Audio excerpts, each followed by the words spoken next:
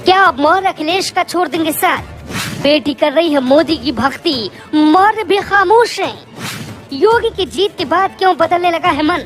UP Shimla बने, शिमला के लोग यूपी आए, उसके पहले सियासत के बाकी भी इधर उधर का मन बना सकते हैं। उधर सदन में अखिलेश यादव योगी सरकार को घेरने का प्लान बना रहे थे। इधर स्वामी प्रसाद मौर्य का परिवार बीजेपी की भक्ति में डूब रहा था। हमने पड़ताल की तो पता चला हार के बाद से अखिलेश यादव और स्वामी प्रसाद मौर्य की कोई एक फोटो साथ में नहीं आई। स्वामी प्रसाद मौर्य का कोई बयान भी वैसा नहीं आया कि बीजेपी को उखाड़ कर फेंक देंगे। न ही बीजेपी से सांसद अंबानी की बेटी संघमित्रा एक शब्द भी पार्टी के खिलाफ बोल रही है, बल्कि संघमित्रा की फेसबुक वॉल पर जाकर देखें तो पता चलता है योगी से बेशक नाराजगी हो, लेकिन मोदी की भक्ति पूरी हो रही है।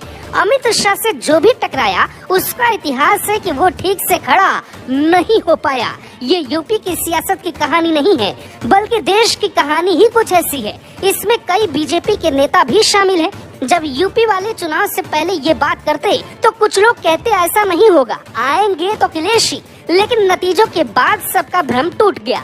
कीर्ति आजाद ने 18 फरवरी 2019 को मोदी से पंगा लिया, नतीजा लोकसभा चुनाव हार गए। सावित्री बाई फुले 2 मार्च 2019 को मोदी को ललकारा, नतीजा ये हुआ कि चुनाव हार गई थी। श्याम चरण गुप्ता यूपी के बड़े नेता थे, मोदी का साथ छोड़ा तो लोकसभा चुनाव भी हार गए थे।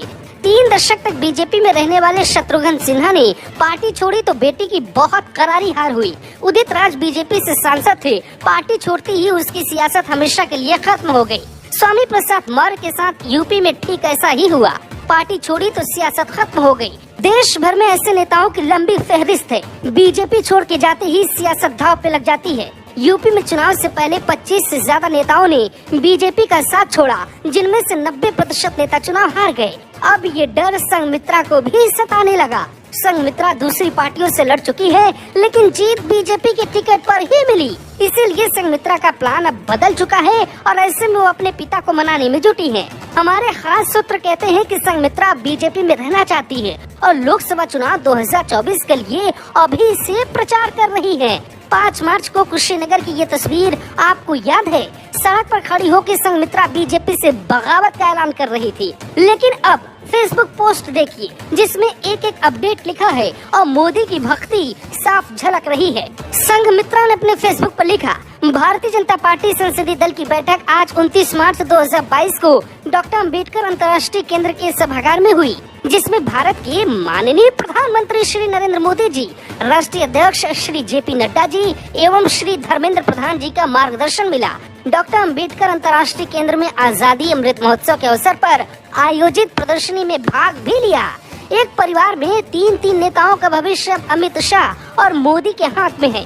तो क्या बेटी संघमित्रा पिता स्वामी प्रसाद मौर्य को समझा रही है कि अब सब कुछ भूलकर भविष्य पर ध्यान देना होगा और बात एक बार फिर से बीजेपी में चलानी चाहिए? अब राजनीतिक रास्ता बचा नहीं है, न ही स्वामी के पास, न ही बेटी संघमित्रा के पास और न ही बेटे उत्कृष्ट के पास। ऐसे में स्वामी की बेटी बीजेपी में रहने का मन तो बना चुकी है और सपा को लेके पिता मौर्य को समझा भी रही है कि कोई ऐसी वैसी बात ना करे जिससे अमित शाह